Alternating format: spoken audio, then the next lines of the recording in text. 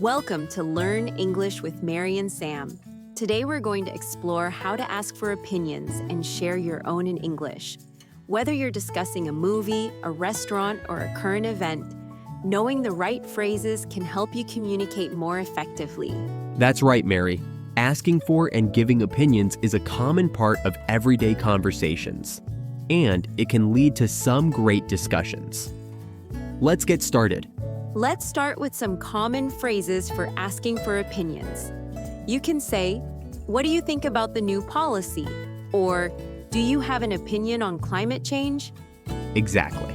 And if you want to ask for a more detailed response, you can say, "Can you tell me more about your thoughts on remote work?" Or, "How do you feel about the recent election results?"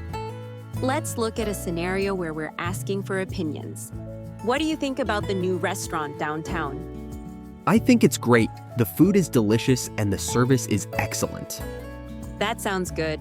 I've been meaning to try it out. Now let's talk about how to give your opinion. You can say, "I think remote work is beneficial for productivity." Or, "In my opinion, education should be more accessible to everyone." That's right. And if you want to express a strong opinion, you can say, "I strongly believe that protecting the environment should be a top priority," or "I'm convinced that technology will continue to shape the future of communication." Let's explore these phrases in different contexts. For example, you could say, "I think the new policy is a good idea because it addresses several key issues." For more advanced learners, let's look at some sophisticated expressions. You can say, "I'm inclined to believe," or "I'm of the opinion that." That's a great one. Another advanced expression is, "I'm not sure I agree," which shows a polite disagreement. Let's practice using these advanced expressions. For instance, you could say, "I'm inclined to believe that this approach will be more effective in the long run." When asking for and giving opinions, cultural context is important. In some cultures, directness is valued, while in others, subtlety is preferred. That's right. Understanding these nuances can help you navigate social situations more smoothly. For example, in many Western cultures, expressing opinions openly is common, while in some Eastern cultures, it's more polite to avoid direct disagreement. Exactly. And in some African cultures, community consensus is often sought before expressing personal opinions. One common mistake is using expressions that might come across as too forceful. For example, saying "you're wrong" might not be well received. Exactly. Instead, you could say, "I see it differently," or "I'm not sure I agree." Now, let's get interactive. We want to hear from you. What's your opinion on a current event? Share your thoughts in the comments below. That's right. And if you have any questions about asking for or giving opinions, feel free to ask. We'll also give you a quick quiz.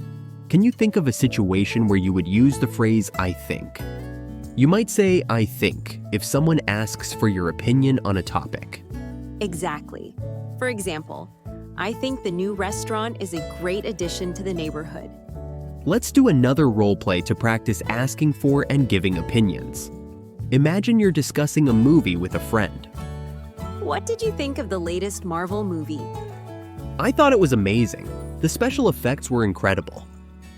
I agree. I love the storyline too, but I wasn't a fan of the ending. Another scenario could be discussing a current event. You might say, "I think this policy will have a positive impact," or "In my opinion, the new law is necessary." That's a great idea. Let's explore these phrases in different contexts.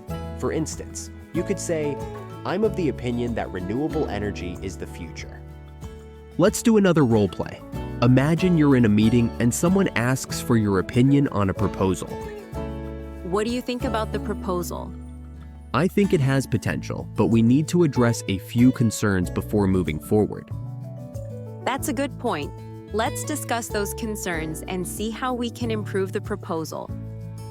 When asking for and giving opinions, it's interesting to note cultural differences. In some cultures, opinions are shared freely, while in others, they are more reserved. That's right. Understanding these differences can help you connect better with people from different backgrounds. For example, in many Latin American cultures, opinions are often expressed with passion and enthusiasm, while in some Asian cultures, respect for hierarchy is emphasized. Exactly. And in some European cultures, directness and openness are valued when sharing opinions. Let's explore more cultural insights. In some Middle Eastern cultures, respect for elders and tradition plays a role in how opinions are shared. That's right. And in many African cultures, community consensus is often sought before expressing personal opinions. Understanding these cultural nuances can help you navigate social situations more smoothly. Today, we covered a range of expressions for asking for and giving opinions, from basic to advanced. Remember, using the right phrases can help you communicate more clearly and effectively. That's right. Practice these expressions in your daily conversations to improve your English skills. Don't forget to pay attention to cultural nuances to enhance your communication. Thanks for joining us today. If you have any questions or want to share your favorite phrases for asking for or giving opinions, please comment below. Don't forget to like and subscribe to our channel for more episodes of Learn English with Mary and Sam. We have some exciting topics lined up for you in the coming weeks. Until next time, keep practicing, and we'll see you soon.